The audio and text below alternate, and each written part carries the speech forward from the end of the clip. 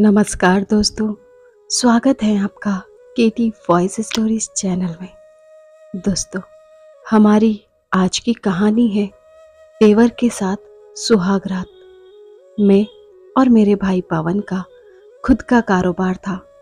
पवन बहुत ही सीधा और सज्जन व्यक्ति था, जबकि मैं गलत संगत में पड़कर इधर उधर पैसे बर्बाद करने वाला लड़का बन गया था। सारा कारोबार मेरे भाई पवन ने ही संभाल रखा था, जबकि मैं सिर्फ इधर उधर घूमता और दोस्तों पर पैसे लुटाता था। मुझको एक लड़की से प्यार भी हो गया था। उसका नाम रिया था। उससे मैं शादी करना चाहता था, पर जब मैंने रिया के घर वालों से अपनी शादी की बात कही तो रिया के पिताजी ने साफ मना कर दिया था। हम तुम्हारे जैसे आवारा लड़के से अपनी बेटी की शादी नहीं करेंगे। पर मेरे और रिया के लिए एक दूसरे के बिना रह पाना नामुमकिन था। जब हम दोनों को अपनी शादी हो पाना मुश्किल लगा तो हम दोनों ने अपनी रजामंदी से एक योजना बनाई। हम दोनों भाइयों में काफी खुलापन था। लड़कियों को लेकर भी आपस में काफी हंसी मजाक भी चल जाता था। इसी बात का फायदा मैंने उठा लिया और अपने मोबाइल फोन में रिया का फोटो दिखाया। फोटो देखते ही पवन को रिया बहुत पसंद आ गई। अरे राहुल, यह लड़की तो बहुत खूबसूरत है, पवन ने उतावले होते हुए कहा। हाँ भैया, खूबसूरत तो है, पसंद हो तो बात चलाऊं, मैंने पासा फेंका। अरे नहीं नहीं, यह सब अच्छी बातें नहीं हैं। पवन थोड़ा शर्मा सा गया। अरे भैया, शर्मा क्यों रहे हो? यह इसका फोन नंबर है और चैटिंग शुरू कर दो, मैंने एक और दाव फेंका। पवन सीधा साधा लड़का था। जमाने की हवा उसे लगी नहीं थी, इसलिए उसे मेरी चाल समझ में नहीं आई। उसने धीरे धीरे रिया से फोन पर बातें शुरू कर दी। रिया ने भी पवन को अपने प्रेम में गिरफ्तार कर लिया और जब ऐसा लगने लगा कि वह रिया के बिना नहीं रह पाएगा, तब उसने खुद ही अपनी माँ से अपने मन की बात कह दी। हमारे पिता की मौत 5 साल पहले ही हो चुकी थी। बड़े दिनों के बाद माँ ने पवन की आंखों में कोई चमक देखी थी, इसलिए वे पवन को मना ना कर पाई और शादी के लिए ना सिर्फ हाँ कर दी, बल्कि खुद ही रिश्ता लेकर रिया के घर पहुंच गई। रिया के घर वालों को भी कोई दिक्कत नहीं हुई और जब उन्होंने रिया का मन टटोला तो उसकी भी रजामंदी देखकर रिया के घर वालों ने रिया और पवन की शादी करा दी। सुहागरात के दिन जब पवन अपने कमरे में पहुंचा और रिया का चेहरा देख जब उसने संबंध बनाना चाहा तो रिया ने मना कर दिया। क्या आपने सिर्फ शरीर के लिए मुझसे शादी की है? रिया ने पवन से धीरे से पूछा। नई दुल्हन से पवन को ऐसे सवाल की उम्मीद नहीं थी, इसलिए वह एकदम सकपका सा गया। नहीं, लेकिन दोस्त कहते हैं कि पहली रात में यह सब जरूरी होता है, पवन ने शर्माते हुए कहा। देखिए, मुझे अभी पढ़ाई करनी है, इसलिए मैं इन सब कामों में नहीं। मैं पढ़ना चाहती हूँ।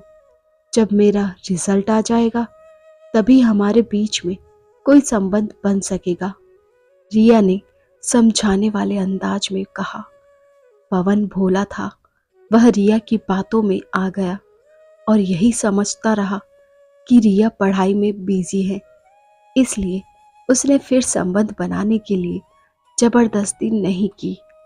लेकिन पवन को क्या पता था कि मैं ही उसके साथ दुश्मनी कर रहा हूं। अब हर रात को जब सब सो जाते, रिया मेरे पास आ जाती और हम खूब मौज मस्ती करते। एक रात को जब घर के सभी लोग गहरी नींद में थे, रिया चुपचाप उठी और बगल वाले कमरे में चली गई। उस कमरे में मैं सो रहा था। रिया मेरे बगल में आकर लेट गई। और मेरे बालों में उंगलियां फिराने लगी। उसके लगातार ऐसा करने से मैं जाग गया और बगल में रिया को लेटा देख धीरे धीरे मुस्कुराने लगा। एक दूसरे को सहला और चूमते रहने के बाद हम दोनों एक दूसरे में खो गए। हम दोनों को एक दूसरे के साथ लेटे हुए सुबह के 5 बज चुके थे।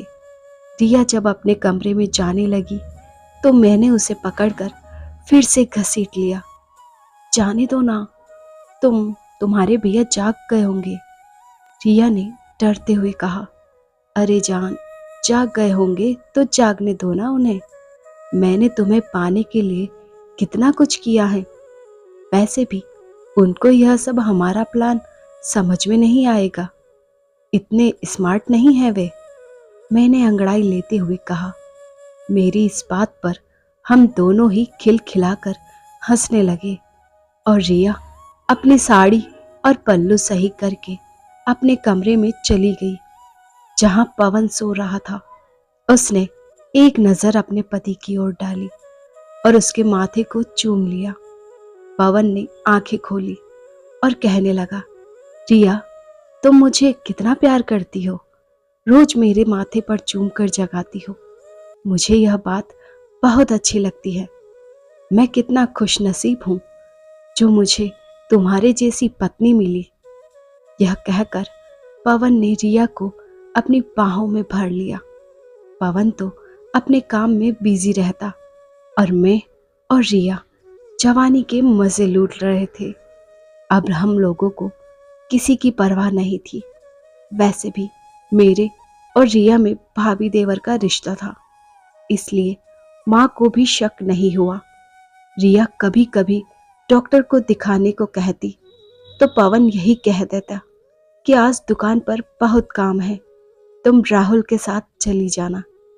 फिर क्या था, मैं और रिया घर से निकल जाते और किसी होटल में 3-4 घंटे मजे करके लौट आते। कोई ने कभी सोचा भी न था कि एक प्रेमी जोड़ा अपने प्रेम को कायम रखने के लिए किस कदर गंदे खेल को अंजाम दे सकता है। पवन और रिया की शादी को 1 साल बीत चुका था, पर उसे अभी तक रिया के शरीर का सुख नहीं मिला था। जब पवन से ना रहा गया तो उसने शर्माते हुए यह बात अपनी माँ से बता दी। माँ को कुछ अजीब सा तो लगा, पर उन्होंने सोचा कि पढ़ने लिखने वाली लड़की है, अभी ये बच्चों के चक्कर में नहीं पड़ना चाहती। यह सोचकर उन्होंने उल्टे ही पवन को समझा दिया। एक दिन की बात है, पवन शाम को दुकान बंद करके घर लौट रहा था। वह कुछ सामान लेने के लिए एक दुकान की तरफ बढ़ा। तभी एक पान की गुमटी के पीछे से मेरी आवाज आती हुई सुनाई दी। मैं अपने दोस्तों के साथ मस्ती कर रहा था। पवन वहीं रुककर मेरी बातें सुनने लगा। एक दोस्त मुझसे कह रहा था, अरे भाई, राहुल दिमाग हो तो तेरे जैसा, कैसे अपनी गर्लफ्रेंड को तुमने अपनी भाभी बना लिया और अब तो जब चाहे जितनी चाहे उतनी बार मौज ले सकता है।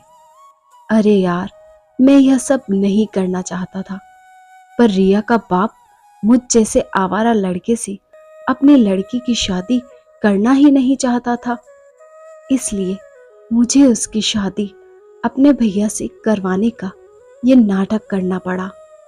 लेकिन दोस्तों, रिया भी बड़ी चालाक निकली। उसने आज तक भैया को अपना शरीर छूने तक नहीं दिया है, पर उसे क्या मालूम कि रिया के सीने पर मैं कई बार अपनी कलाकारी दिखा चुका हूं और आगे भी दिखाता रहूंगा। इतना कहकर मैं जोर जोर से हंसने लगा। अपने खिलाफ इतना बड़ा धोखा होने की उम्मीद पवन को सपने में भी नहीं थी, और जिस तरह से मैंने रिया के लिए गलत बातें कह रखी थी, उससे पवन का खून उबाल मारने लगा था।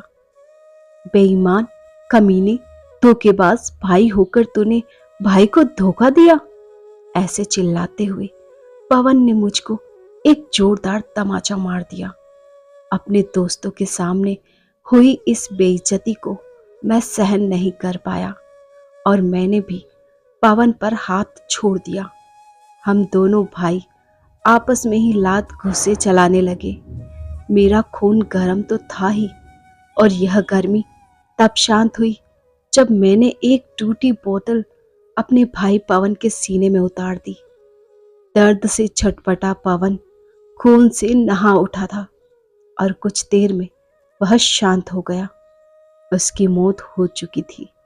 सामने भाई पवन की लाश देखकर मैं पहले तो घबरा गया, पर बाद में पुलिस की कार्रवाई और इस झमेले से बचने के लिए मैंने प्लान बनाया।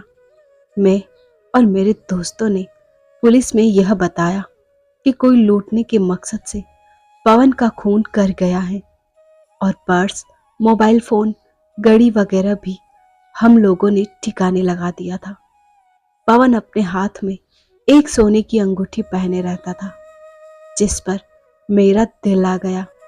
इसलिए वह अंगूठी मैंने पुलिस को ना देकर अपने पास रख ली थी। पुलिस ने भी मेरी बात को सच मान लिया और लूट का केस मानकर केस बंद कर दिया। मेरी मां ने भी अपनी फूटी किस्मत समझकर आंसू पोंछ लिए। पवन के मरने के बाद मां एकदम अकेली हो गई थी और वे रिया के कमरे में ही सोने लगी थी। मां के रिया के साथ सोने से मेरे और रिया का बना बनाया खेल चौपट सा दिखने लगा, क्योंकि अब हम दोनों को जिस्मानी ज़रूरतें पूरी करने की आज़ादी नहीं मिल पा रही थी। इसलिए मैंने मन ही मन एक दूसरा प्लान बनाया। माँ, पवन भैया के जाने के बाद से आप बड़े अशांत रहने लगी हो। आपको शांति मिले, इसलिए चलो मैं आपको और भाभी को कहीं घुमा लाता हूँ। कुछ दिन बाहर घूम आएंगे तो मन भी हल्का हो जाएगा। मैंने मासूमियत भरे लहजे में अपनी माँ से कहा। अरे बेटा, मैं अब बूढ़ी हड्डियां लेकर कहाँ जाऊंगी। तुम और रिया ही हो आओ, मैं यहीं रहकर घर की देखभाल करूंगी। माँ ने कहा, अंधे को क्या चाहिए, दो आंखें। मैं और रिया जो चाहते थे वही हमको मिल गया। फिर क्या था, हम दोनों ने खूब रुपया पैसा इकट्ठा किया और निकल पड़े शांति की तलाश में। पहले तो शहर में जाकर हमने होटल में कमरा लिया और जी भर कर अपने जिस्मों की प्यास बुझाई। इधर मेरे माँ घर में अकेली होने के चलते घर की साफ सफाई में लग गई। सफाई के दौरान उन्हें मेरे कमरे की अलमारी में पवन की वह अंगूठी मिली जो मैं उसको मारने के बाद ले आया था। अचानक से पवन को लूट लिया जाना, जबकि पवन कई सालों से उस रास्ते से आता जाता था, और आज अचानक से पवन की अंगूठी का मेरी अलमारी में मिलना माँ के दिल में शक सा पैदा कर गया। माँ ने कमरे को और खंगाला तो पाया कि रिया की चुन्नी भी मेरे कपड़ों में मिली। माँ समझ गई कि क्या मामला है, लेकिन वह कर क्या सकती थी। उन्होंने मेरे दोस्तों को घर पर बुलाया और बातों बातों में सारा भेद उगलवा लिया। अब उनके पास एक ही उपाय था, हम दोनों की शादी कर देना, ताकि देवर भाभी का खेल किसी को पता नहीं चले। जब हम वापस आए तो माँ ने मुझसे पूछा तो मेरे होश उड़ गए। मैंने माँ के पैर पकड़कर माफी मांगनी चाही तो माँ मुझसे दूर हट गई। उन्होंने कहा, मैं तुम्हें पुलिस के हवाले तो नहीं करूंगी, लेकिन मैं तुम्हें कभी माफ भी नहीं कर पाऊंगी। माँ इतना कहकर अपने आंसू पोंछते हुए अपने कमरे में चली गई। मैंने और रिया ने शर्म से अपने चेहरे को झुका लिया। तो दोस्तों, अगर आपको यह कहानी पसंद आई हो तो कमेंट कर ज़रूर बताइए। यहाँ आपको ऐसी ही मज़ेदार कहानियाँ सुनने को मिलेगी। चैनल पर नए हैं तो हमें सब्सक्राइब करना ना भूलें। धन्यवाद, और बेल आइकन को प्रेस कीजिए ताकि न्यू स्टोरीज़ का नोटिफिकेशन सबसे पहले आपको मिल सके, ताकि आपकी कोई स्टोरी मिस ना हो। और वीडियो को लाइक और शेयर करना ना भूलें। Thanks for watching.